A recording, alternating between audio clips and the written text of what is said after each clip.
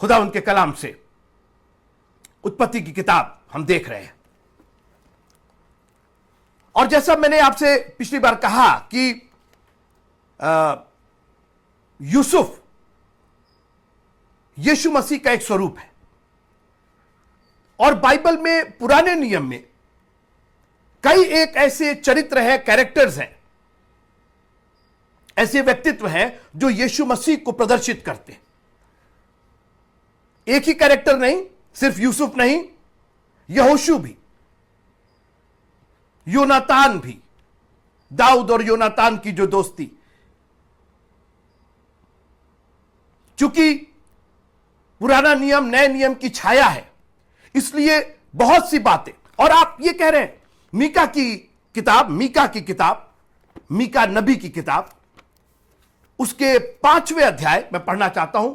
मीका नबी की किताब, मीका जो भविष्यवक्ता था, मीका नबी किताब उसका 5वां अध्याय और उसकी 2री आयत में पढ़ना चाहता हूं। हे बेतलहम एफ्राता, आपको याद होगा बेतलहम एफ्राता में ही राहेल को मिट्टी दी गई थी।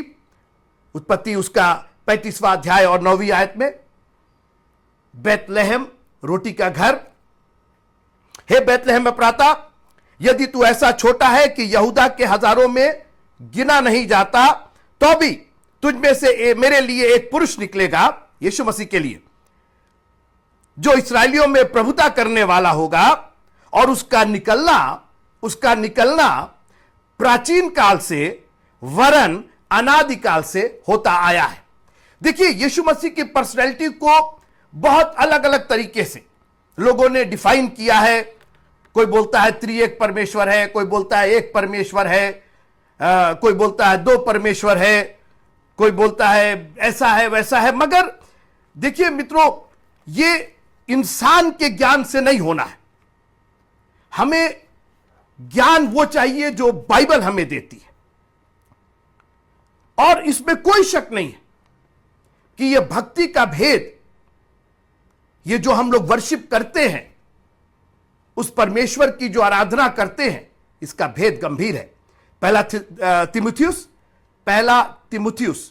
तिमुथियुस की पहली पत्री जो इंजील है, पहला तिमुथियुस जो पत्री है, पहला तिमुथियुस और उसका 3रा अध्याय, पहला तिमुथियुस उसका 3रा अध्याय और 16वीं आयत में पढ़ना चाहता हूं। पहला तिमुथियुस उसका 1 तिमुथी चैप्टर 3 एंड वर्स नंबर 16।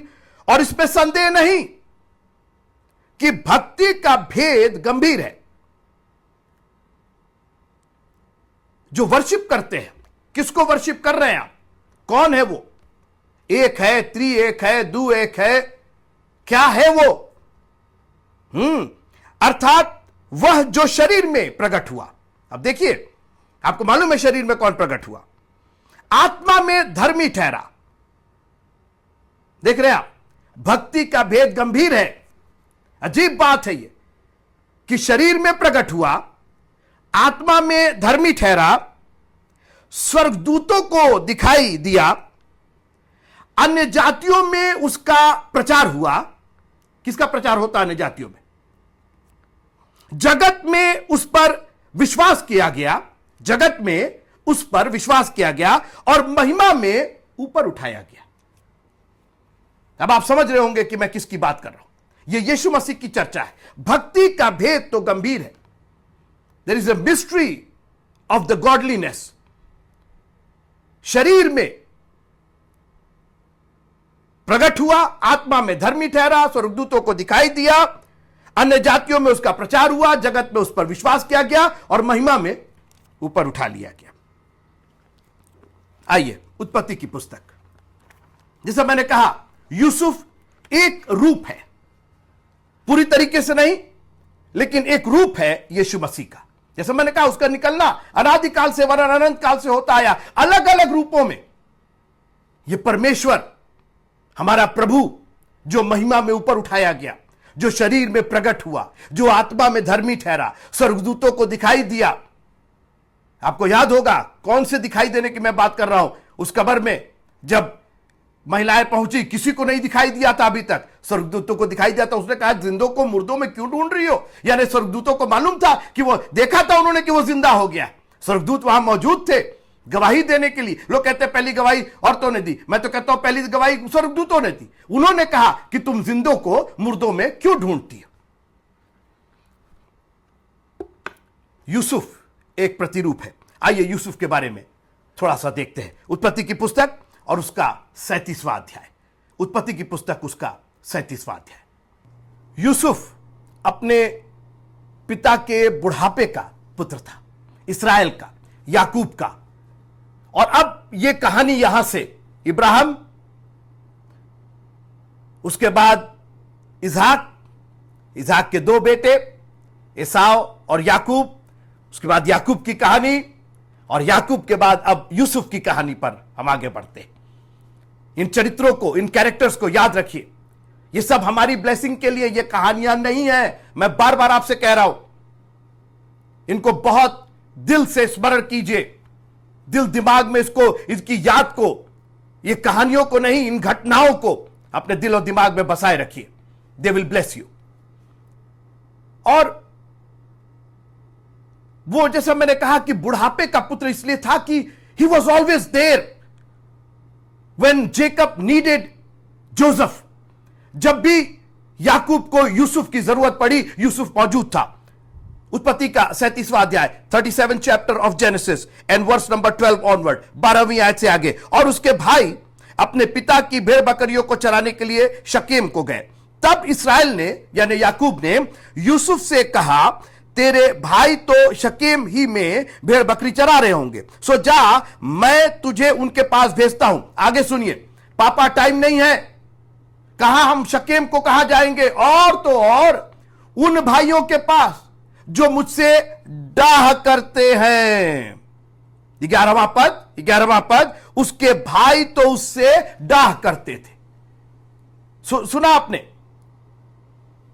पापा ऐसे लोगों के पास भेज रहे हैं, ऐसे भाइयों के पास भेज रहे हैं जो सिर्फ नाराज नहीं थे, उससे डाह करते थे, जलन करते थे। और मित्रों, ये जेलसी तो मतलब मैं आपको क्या बताऊं, ये तो आखिर कैन के बारे में भी जो हमने अध्ययन किया था, वो जेलसी ने, और आज मसीह समाज में, चर्चेस में जेलसी की वजह से, और अच्छा जलन हो कि हम उससे बेहतर करें तो समझ में आता है।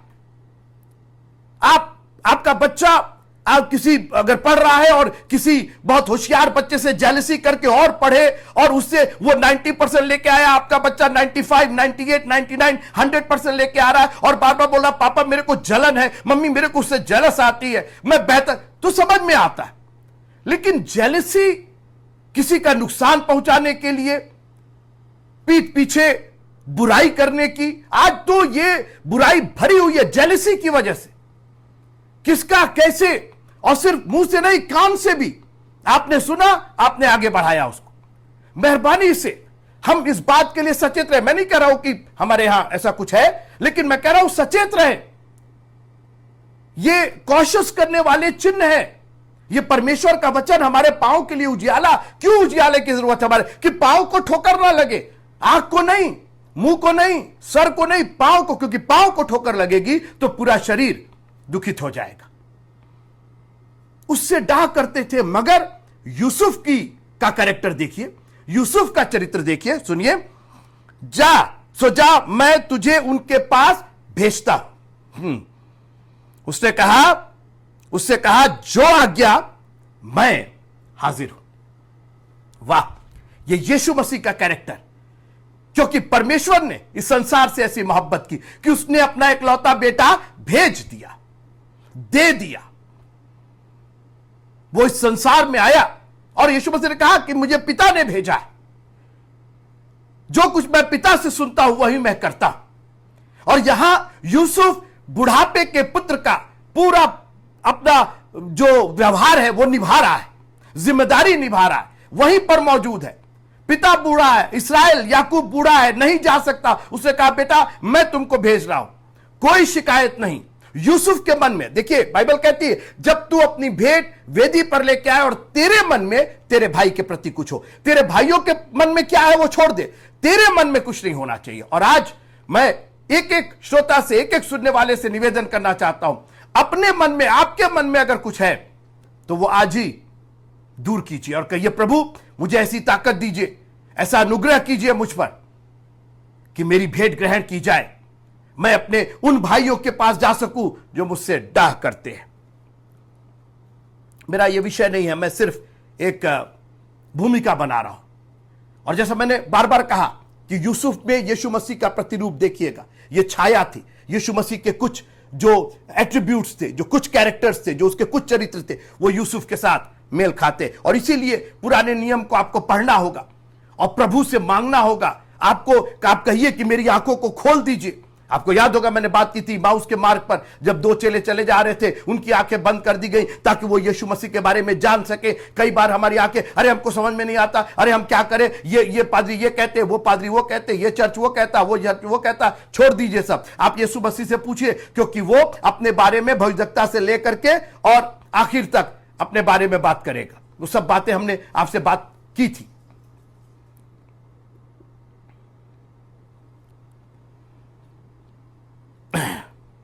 16वां पद पढ़ते हैं, 15वां पढ़ते हैं। और किसी मनुष्य ने उसको मैदान में इधर उधर भटकते हुए पाकर उससे पूछा, तू क्या ढूंढता है? उसने कहा, मैं तो अपने भाइयों को ढूंढता हूं। आह, क्या बात है!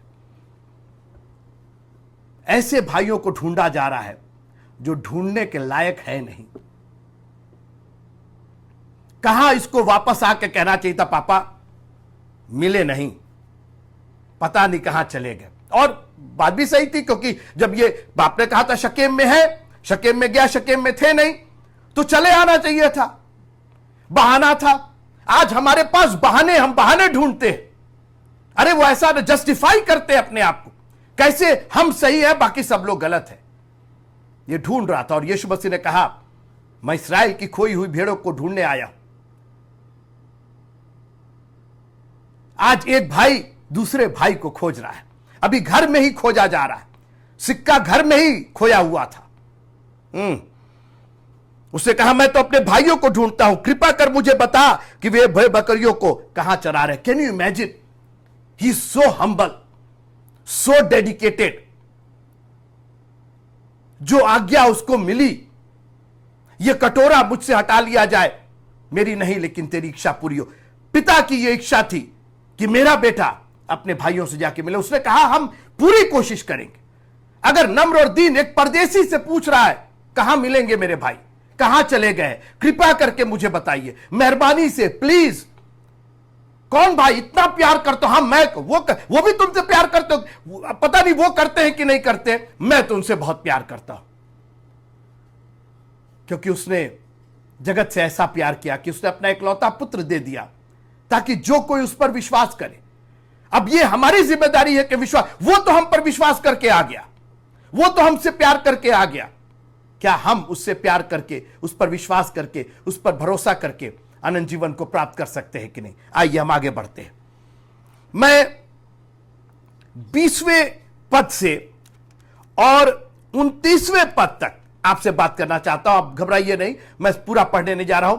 मैं केवल एक शब्द पर बात करना चाहता हूं, एक चीज पर यहां बात करना चाहता हूं, और मैं 2 भाग में इस पर बात करूंगा। आधा इस संडे को, और प्रभु ने चाहा तो अगले रविवार को भी इस पर बात करूंगा।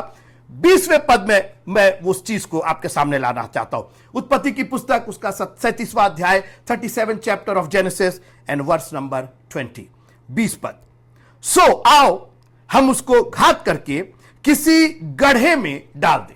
आज मैं गड्ढे पर आपसे बात करना चाहता हूं, मैं गड्ढे पर बात करना चाहता हूं। बरसात यूं ही हो रही है, हर जगह गड्ढे ही गड्ढे, सड़क पर गड्ढे, सड़क के किनारे गड्ढे, घर के सामने गड्ढा, घर के पीछे गड्ढा, गड्ढे ही गड्ढे।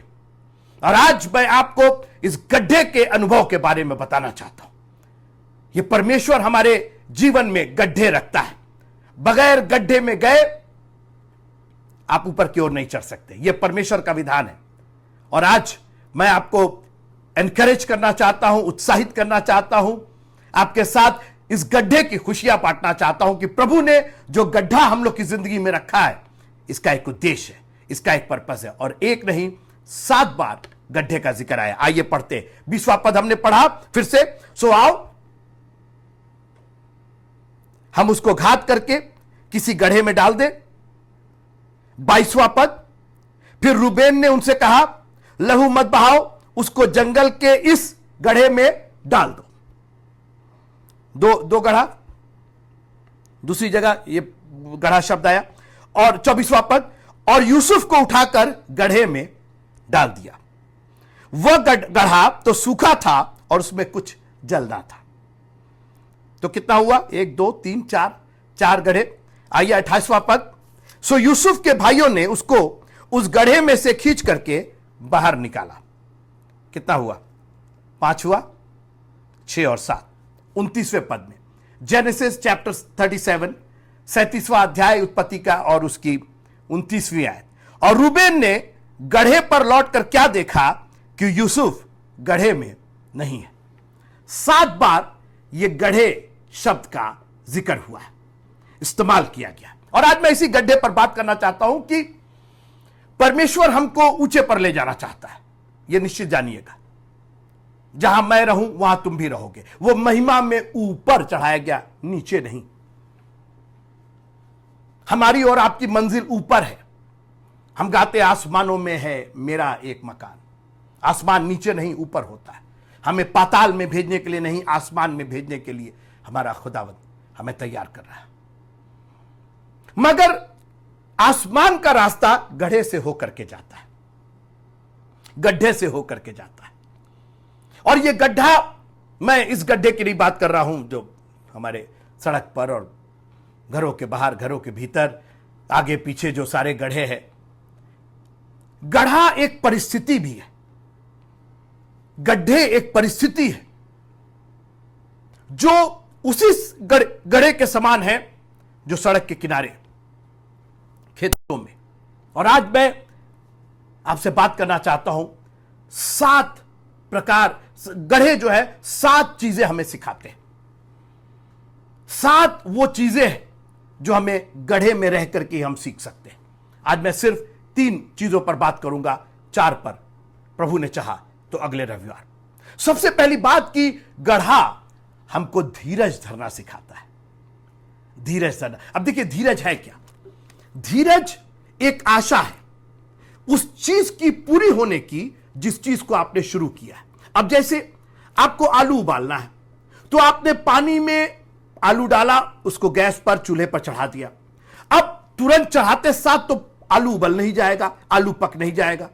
तो आप वेट करते हैं, आप इंतजार करते हैं। और यही शब्द धीरज का है।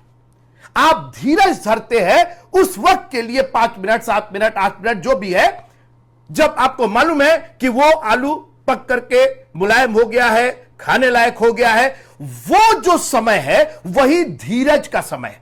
जब से आपने प्रक्रिया शुरू की और जब वो प्रक्रिया पूरी हो गई, उसके बीच का जो समय। हमारी प्रॉब्लम यह है कि हम इतने उकता जाते हैं कि आलू डाला, आलू निकाला और सोचा ये तो गला ही नहीं है, ये तो पका ही नहीं है। मित्रों, परमेश्वर की प्रतिज्ञा भी ऐसे ही है। परमेश्वर अपना काम बहुत आहिस्ता, अपनी ऋतु में, अपने समय में, अपने वक्त पर करता है। एक बेबी को इस दुनिया में आने में 9 महीने लग जाते हैं। क्या हो क्या रहा है? क्यों नहीं 1 दिन, क्यों नहीं 1 घंटा? अरे प्रभु है, प्रभु तो कुछ भी कर सकता है। प्रभु एक प्रक्रिया से धीरज धरने की बात सोचिए। एक मां अपने बेबी को लेकर के 9 महीने तक कर क्या रही है? वो धीरज धर रही है, उकता नहीं जा रही। आज ही चाहिए बेबी हमको, 1 ही महीने में चाहिए, 2 ही महीने में चाहिए। अरे कितने दिन रखेंगे पेट में? 3 महीने नहीं। मित्रों, बी पेशेंट। आपका धीरज ही आपके लिए खुशियां लेकर के आएगा। जल्दीबाजी मत कीजिए। परमेश्वर के विधान में धीरज एक बहुत ही महत्वपूर्ण सामग्री है। अगर आप अपने जीवन को सफल बनाना चाहते हैं तो धीरज धरना सीख जाइए। आज बहुत से लोगों ने उकता करके, चर्च आए, 2 संडे आए, अरे ठीक नहीं हुए, आशीष नहीं मिली, 2 बार हमने 10वां अंश दिया, कुछ बढ़ोतरी नहीं हुई। पादी साहब ये कहते हैं कि वचन वो कहता है, कहां कुछ फायदा हुआ? अब हमारे तो ना छप्पर फटा और ना भंडार खुले और ना कुछ हुआ। आकाश की खिड़कियां भी बंदी रही क्योंकि आपने धीरज नहीं धरा। बीज आज बोए, कल फिर पेड़ की चिंता हो गई, पेड़ नहीं उगा और अभी तक फल नहीं आया। अरे बाबा, कल बोया है आपने, लिखा है कि वो अपनी ऋतु में फलता है। प्रभु ने एक एक ऋतु बनाई है, एक एक सीजन बनाया है। और भजन संहिता 40 में हमने क्या पढ़ा? मैं धीरज से यहोवा की बाट जो होता हूं, उसने मुझे गड्ढे से निकाला, सत्यानाश के गड्ढे से निकाला। गड्ढा हमें धीरज सिखाता है। जब आप गड्ढे में हो जाते हैं ना, तो आप कर कुछ नहीं सकते। और कई बार खुदावंद हमें ऐसी परिस्थितियों में डालता है कि हमको धीरज धरना आ जाए। कुछ नहीं हो रहा, कोई आशीष नहीं आ रही है, एक रोशनी की किरण नहीं दिखाई दे। गड्ढे में क्या दिखाई देगा? आप अंधेरा ही अंधेरा दिखाई दे रहा है। ये कि आप सोचिए, यूसुफ को उसको कहां लेकर के जाना था? 13 साल के बाद उस जगह पर पहुंचा जहां प्रभु उसको ले जाना चाहता था। उसने जितने दर्शन देखे थे, जितने स्वप्न देखे थे, कहीं कुछ पूरा नहीं हो रहा था। वो सोच रहा था कि बस कल ही तो ये पुले मेरे सामने झुक जाएंगे, कल ही तो ये चांद सितारे और ये सूरज सब मेरे को झुक करके प्रणाम करेंगे। हाँ, प्रभु अपने वक्त पर काम करेगा। और आज मसीहियों, मैं आपको चैलेंज करना चाहता हूं कि अपने में धीरज, लिखा कि जो अंत तक धीरज धरेगा, उद्धार तो उसी का होगा, उसी का उद्धार होगा जो अंत तक धीरज धरेगा। आज हम इतने उकता गए, आज हमें अभी चाहिए, इसी वक्त चाहिए। परमेश्वर के विधान में धीरज धरना शुरू कर दीजिए। गड्ढा एक और काम करता है। आपकी ये परिस्थितियां, जो गड्ढे जैसी परिस्थितियां हैं, कि आपको अपने बारे में दिखाता। जब आप गड्ढे में गिरते हैं ना, तो सबसे पहले आप अपने को चेक करते हैं, कहां चोट लगी, कहां टूटा, कहां फूटा। आज हम दुनिया में इतने लिप्त हो गए हैं मित्रों कि हमारे पास दुनिया के लिए समय है, अपने लिए वक्त नहीं है। और इसीलिए बीमारियां, दुनिया की बीमारियां, क्योंकि आपने दुनिया को समय दिया है, अपने को वक्त नहीं दिया है। ना आप एक्सरसाइज करते हैं, ना अपना टेक केयर करते हैं, ना थोड़ी देर शांत भाव से बैठते हैं, ना अपने आप को चिंता मुक्त रखते हैं, ना खुश रखते। दुनिया की चिंता अपने ऊपर लिए हुए। अच्छा है प्रभु कभी गड्ढे में डाल हमें, ताकि और कुछ ना दिखाई दे। अरे आंटी आई, अरे अंकल आए, अरे जीजा आए, अरे दीदी आए, दुनिया कोई नहीं दिखाई देता। गड्ढे में सिर्फ आप है और सिर्फ आप है। और लिखा है कि जिस गड्ढे में यूसुफ को डाला, वो तो सूखा था, ना पानी था, ना सांप, ना बिच्छी, ना। कभी परमेश्वर सूखे गड्ढे में डाल देता है। सब ठीक है, लेकिन कुछ दिखाई नहीं दे रहा है, कोई आ नहीं रहा है। सारे रिश्तेदार, खानदान आपसे दूर हो गए, अच्छी बात है। So you can take care of yourself. क्या तुम नहीं जानते कि तुम परमेश्वर का मंदिर हो? जो कोई इस मंदिर को गंदा करेगा, नुकसान पहुंचाएगा अपने शरीरों के द्वारा। सुनिए मेरी बात, दूसरे के शरीर के द्वारा नहीं, अपने शरीरों का। तुम मोल दे करके खरीदे गए हो, इसलिए अपने शरीर के द्वारा परमेश्वर की महिमा करो। आपका शरीर तो दुनिया की बीमारियों से ग्रसित है। आपने तो दुनिया का बोझ पाल रखा है। क्या महिमा क्या आप करेंगे? आप तो सुबह उठते कराहते से और सोते हैं कराहते से। परमेश्वर का वचन पढ़ने का समय तो आपको मिलता नहीं है, तो चंगाई कहां से मिलेगी? ये माफ कीजिएगा, ये जो कहते हैं ना वो फलानी जगह दुआ करवाए, वहां जा कुछ नहीं। बाइबल कहती है उसने अपना वचन भेज करके चंगा किया। और तो आप कहेंगे तो दुआ से, बहुत अच्छी बात। दुआ वही, मैंने कई बार आपसे कहा, दुआ वही कीजिए जो सुनी जाए, जिस दुआ में वचन शामिल होता। बात सुनिएगा, इसीलिए कहा कि एल्डर्स को बुलाया जाए। अगर कोई बीमार हो तो प्राचीनों को बुला। कहां के प्राचीन? चर्च के प्राचीन। कौन प्राचीन? जो विश्वास में पारंगत है, एल्डर्स को बुलाया जाए। Those who know the word of God, जो परमेश्वर का वचन जानते, वो आएंगे। क्या दुआ करेंगे? परमेश्वर के कलाम को देकर के दुआ करेंगे। उस दुआ में कलाम शामिल होगा। अरे जिस इंजेक्शन में दवाई ना हो, खाली पानी भर करके लगा दिया जाए, फायदा। अरे इंजेक्शन 10 इंजेक्शन लगा, इंजेक्शन में क्या था? पानी था। फायदा क्या ऐसे इंजेक्शन से? कैप्सूल के अंदर खाली है, खाली आप उसका वो खोल खा रहे हैं। अरे भाई इतना इतना हम दवाई खाते हैं, दवाई कुछ नहीं है उसके अंदर, खाली खोल खा रहे हैं आप। ये दुआ वो दुआ, कोई दुआ कामयाब नहीं होगी। उसने अपना वचन भेज करके उनको चंगा किया। यीशु मसीह वो वचन थे जो भेजे गए थे, और इसीलिए यीशु मसीह चंगाई करते थे।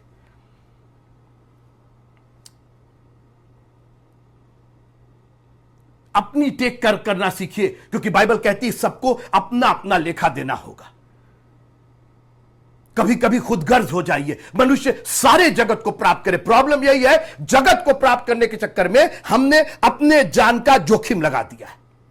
काश कि प्रभु ऐसी परिस्थिति में डाल दे, हमें ऐसे गड्ढे में डाल दे जहां कोई हमारे साथ ना मिले, कोई ना आए। आप जब गड्ढे में रहेंगे ना तो सिर्फ अपने बारे में सोचेंगे, अरे ये हो गया, वो हो गया, अरे ये तो हम देखे ही नहीं थे, अरे ये कैसे हो गया, अरे ये कैसे कट गया, अरे ये कैसे टूट गया, अरे प्रभु आपको दिखाता आप क्या है। He wants you to see who you are. अपने को कभी देखिए। ये गड्ढा सिखाता है। यूसुफ को सिखाया, जब उस गड्ढे में गया तो यूसुफ को अपनी औकात समझ में आ गई। क्या है वो, उस वक्त क्या है वो, जो कुछ करेगा वो प्रभु करेगा। एक और बात, जब आप गड्ढे में होते हैं ना, तो गड्ढे का जो अनुभव है वो ये अनुभव है कि गड्ढे में सहायता सिर्फ ऊपर से आती है और कहीं से नहीं। फिर से सुनिएगा, अगर आप गड्ढे में से बाहर निकलना चाहते हैं तो केवल एक ही जगह से बाहर निकल सकते हैं, वो है ऊपर से। ना तो दाहिने से ना बाएं से। बाइबल बहुत स्पष्ट रूप से कहती है बढ़ती ना तो पूरब से और ना पश्चिम से, लेकिन परमेश्वरी एक को घटाता और एक को बढ़ाता है। आहा क्या बात। अगर आप ऊपर नहीं देख सकते हैं तो गड्ढे से बाहर नहीं निकल सकते। तलहटी में देखने से, नीचे देखने से, दाहिने बाएं सामने देखने से एक जगह से सहायता नहीं आएगी, एक जगह से मदद नहीं मिलेगी। काश प्रभु हमें गड्ढे में डाले, गहरे गड्ढे में डाले कि हमको सिर्फ ऊपर दिखाई दे, हमारी आंखें ऊपर की ओर लगी रहे। मित्रों, हम लोग उकाब के बच्चों के समान है, और उकाब हमेशा ऊपर की ओर देखता है। उसकी नजरें वो ही सोर्स हाई, हवा में ऊपर जाता है वो। काश की मसीही आज ऊपर देखे, बादलों पर, हमारा प्रभु बादलों पर आ रहा है, बजाय दुनिया की ये बात वो बात, इससे बुराई उससे बुराई, इससे डा उससे डा, ये ठीक नहीं है वो ठीक नहीं है, दुनिया के ग्रजेस लेकर के, दुनिया की निराशाएं लेकर के, दुनिया की सोच लेकर के, दुनिया की चिंता लेकर के। काश कि कभी हाथ जोड़ करके ऊपर देखिए और कहिए प्रभु इन सबसे लिफ्ट मी अप, मुझको ऊपर उठाइए खुदावत। ये सब दुनिया की ये छोटी मोटी बातें, मैं इनसे ऊपर उठना चाहता हूं, मैं ऊपर उठना चाहती हूं खुदावत। इस गड्ढे से निकलने का सिर्फ एक ही जरिया है, एक ही जगह खुला है, और वो है ऊपर। आप खुश नहीं है कि अभी भी वो ऊपर का मार्ग मौजूद है जहां से आप बचाए जा सकते हैं, जहां से आप निकाले जा सकते हैं। ये गड्ढा आपको धीरज धरना सिखाता है, प्रभु पर भरोसा करना सिखाता है। ये गड्ढा आपको अपनी टेक केयर करना सिखाता है, और यह भी बताता है कि आप कुछ नहीं है, मिट्टी हूं मैं, मिट्टी का बर्तन हूं मैं असहाय हूं, मेरी सहायता तो तेरी ओर से आएगी। और यह गड्ढा आपको ऊपर की ओर देखना सिखाता है। काश की इस गड्ढे के एक्सपीरियंस को, बजाय इस गड्ढे में जाकर के कुड़कुड़ाने और बड़बड़ाने के, मित्रों मैं आपसे निवेदन करूंगा, यूसुफ उस गड्ढे में नहीं रहा, डाला जरूर गया था, but he was taken out, उसमें से निकाला गया। मैं इसी पर और चर्चा करूंगा। मैं चाहता हूं कि आप इस गड्ढे को डिस्पाइज ना करें, इसको तुच्छ मत जानिए। अगर आपके जीवन में परमेश्वर ने कोई गड्ढा, कोई ऐसा समय, अभी बुरा समय आपके जीवन में है, धैर्य रखिए। यह परमेश्वर का कलाम है, जिंदा कलाम है, उस पर भरोसा रखिए, ऊपर की ओर देखिए, आपकी सहायता निकट है। आपका छुड़ाने वाला, अय्यूब ने कहा मुझे तो निश्चय है कि मेरा छुड़ाने वाला जीवित है, और वो ऊपर है, वो आएगा हमको ले जाने के लिए। धीरज, स्वयं को देखना, अपने में कमी ढूंढना, बजाय अपने भाई की आंख का तिनका देखने के अपनी आंख का लट्ठा देखें, अपने में कमी ढूंढे, उसको ठीक करे। ये गड्ढे का एक्सपीरियंस है, करिए। अभी गड्ढे में है, कुछ नहीं बिगड़ा, कहीं नहीं जाने वाले हैं आप, कुछ नहीं होने वाला है, कुछ कोई ट्रेन नहीं छूट रही, कोई प्लेन नहीं छूट रहा है, कहीं कुछ नहीं हो रहा है, अभी आप गड्ढे में हैं। और प्रभु तब तक आपको गड्ढे में रखेगा जब तक आपको गड्ढे के अनुभव का अनुभव नहीं हो जाएगा। प्रभु ट्रेन कर रहा है, आपको तैयार कर रहा है। हम आगे देखेंगे यूसुफ उस गड्ढे में पड़ा पड़ा सड़ नहीं गया। मैं धीरज से यहोवा की बाट छोड़ता हूं, उसने मुझे गड्ढे में से, सत्यानाश के गड्ढे में से खींच करके निकाला। प्रभु निकाले। ये गड्ढा हमेशा के लिए नहीं, ये गड्ढा हमारी और आपकी शिक्षा है। प्रभु को महिमा मिले।